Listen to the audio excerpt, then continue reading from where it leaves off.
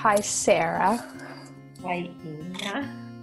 It's so good to be with you and spend a little time and get to learn more about you, your work, what calls you into the world, what brought you to Magnolias. And so I just want to start with a very simple question. Tell me just a little bit about you. Where are you in the world? What is that you're called to do right now? Where is your energy? I need to make the world a better place. We are in such a mess.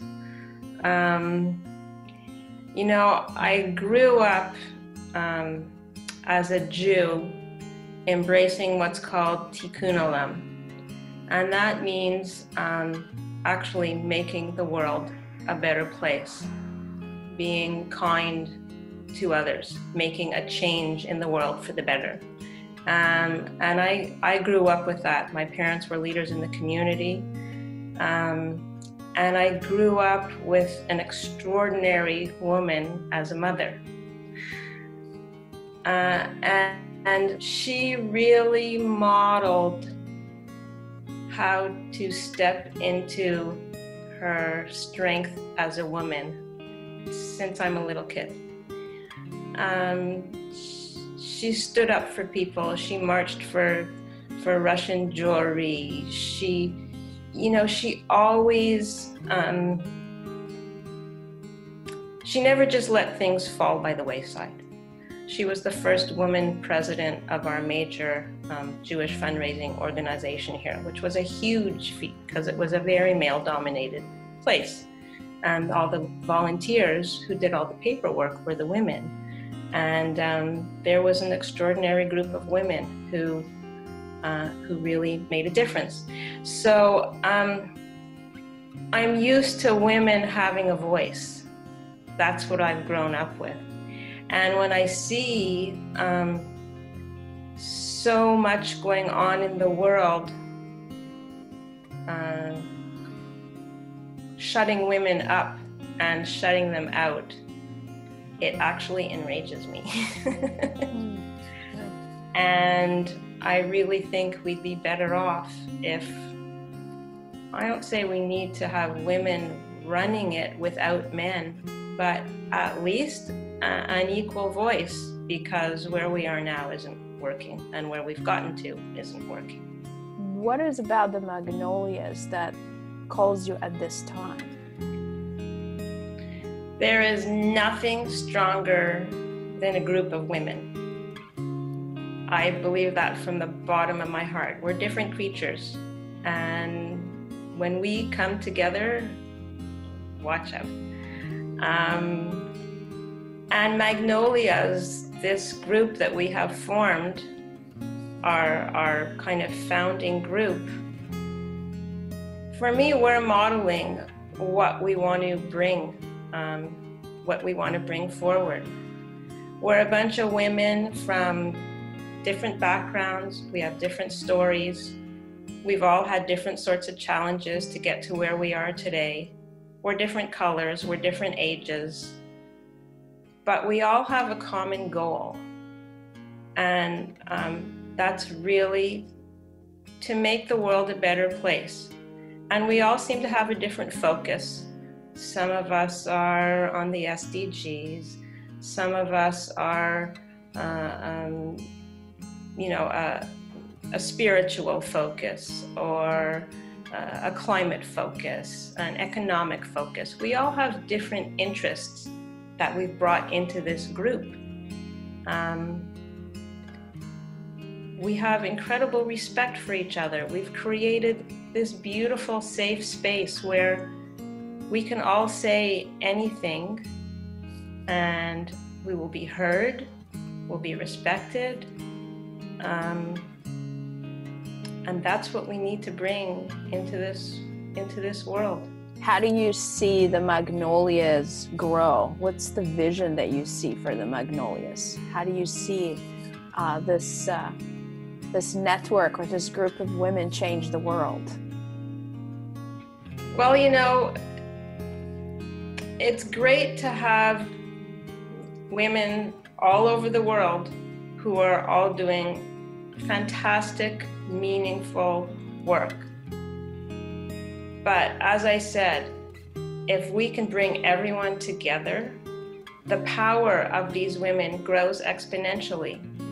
And there's much more, I'll say power again, in a group than doing things by yourself. And so I really see magnolias as being the connectors. We call ourselves the pollinators, right? To bring all these women who are doing great stuff together so that we can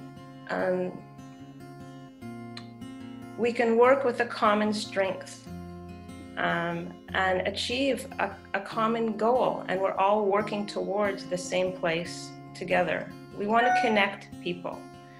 We don't need more women's leadership groups. We don't need more.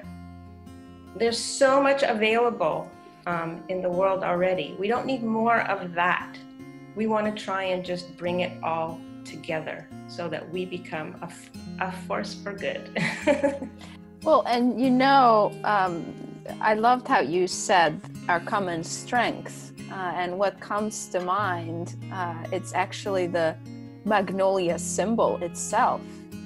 I remember when Darcy had first shared kind of what came to her with choosing the magnolia, it's a symbol of strength. So I loved how you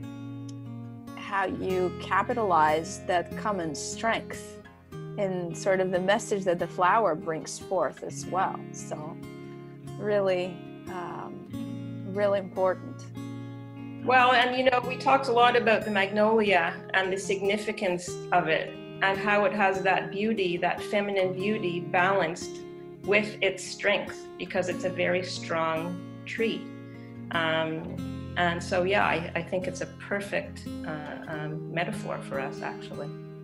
I think it's really important to recognize the different types of strength and power that women bring, and the way that they exercise their strength and power is very different.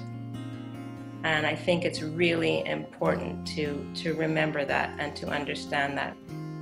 So then I would love to learn more about then the kind of strength that you bring, particularly Sara. What's Sara's voice communicating and saying at this time? I know I heard your a little bit about your story and the beliefs that you're holding for the vision of the magnolias and why you joined. And I'd love to learn more about how are you contributing in the world right now? I'm a listener. I've been a listener since I'm just a little girl. My work is all about listening. I listen to what people talk about and I turn that into pictures. We need more listening, communication, compassion, respect in the world. And I feel that if that's what I bring with me as my package in whatever I'm doing, whether it's work or personal life or whatever it is, that's what I put into the world. And if we can get more people putting that into the world, then maybe it'll start to tip the scale a little more and kind of let the greed and the fear mongering and can't think of that word, the power that seems to shut people down instead of open them up. I want people to live in their strength, to find their voice, to be their authentic self. If we can all bring ourselves into the world with compassion and acceptance, I really think that our progress will change in a very different way.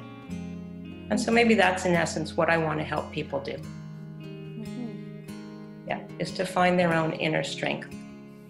And I'm focusing particularly on women right now because they've been shut up for so many, well, forever. And I think we are making progress. I really do. We can see it. We can see the changes that are happening, but we need more, and we need it now. Well, it's been, I don't know if there's anything else that you feel compelled to share at this time. Anything that you want to bring forth. It's going to sound all touchy-feely, but we need more love in the world. We need to treat each other like humans and not machines. Even if we're talking on machines all the time now, we are still human beings, and we need to start living like humans. And that means opening our hearts and accepting each other for who we are and working towards a common goal to make the world a better place. And I hope we can all come together and do that.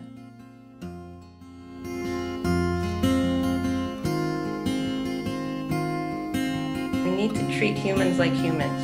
We are all living on this earth together, and we need to take care of each other, and we need to take care of this gift, of this planet. Otherwise, we're not going to survive.